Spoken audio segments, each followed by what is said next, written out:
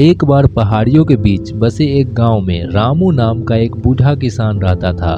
सादगी रहने के बावजूद रामू अपने आशावाद और शांत स्वभाव के लिए जाने जाते थे।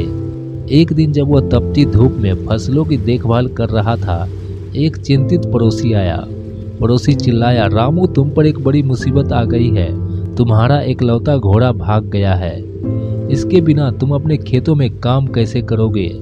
रामू ने बस सिर हिलाया। इस खबर से बिना विचलित हुए, यह भी गुजर जाएगा, उसने शांति से कहा। कुछ हफ्तों बाद एक सुबह रामू का घोड़ा एक जंगली घोड़े के साथ लौट आया। गांव वाले जमा हुए। इस बात पर हैरान होकर रामू को बधाई देने लगे। वे बोले, अरे रामू तुम सचमुच भाग्यशाली हो। अब तुम्हारे पास 2 घोड़े हैं जो काम में मदद करेंगे। क्या किस्मत है। रामू ने सादगी से मुस्कुराकर कहा, यह भी गुजर जाएगा।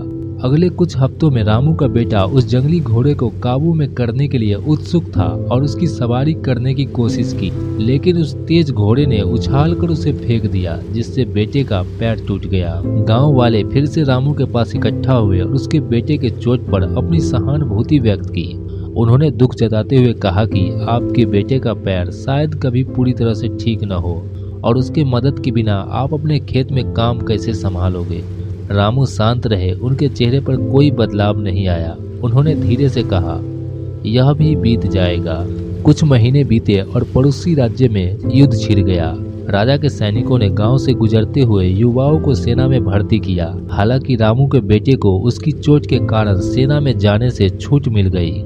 गांव वाले ने यह सुना और रामू की ओर देख के कहा, आपकी बेटी की चोट ने उसे युद्ध की भयावता से बचा लिया और इसके लिए आप सचमुच भाग्यशाली हैं। रामू ने हमेशा की तरह हल्की मुस्कान दी। उन्होंने फिर कहा, यह भी बीत जाएगा। उनकी आवाज में शांत ज्ञान था।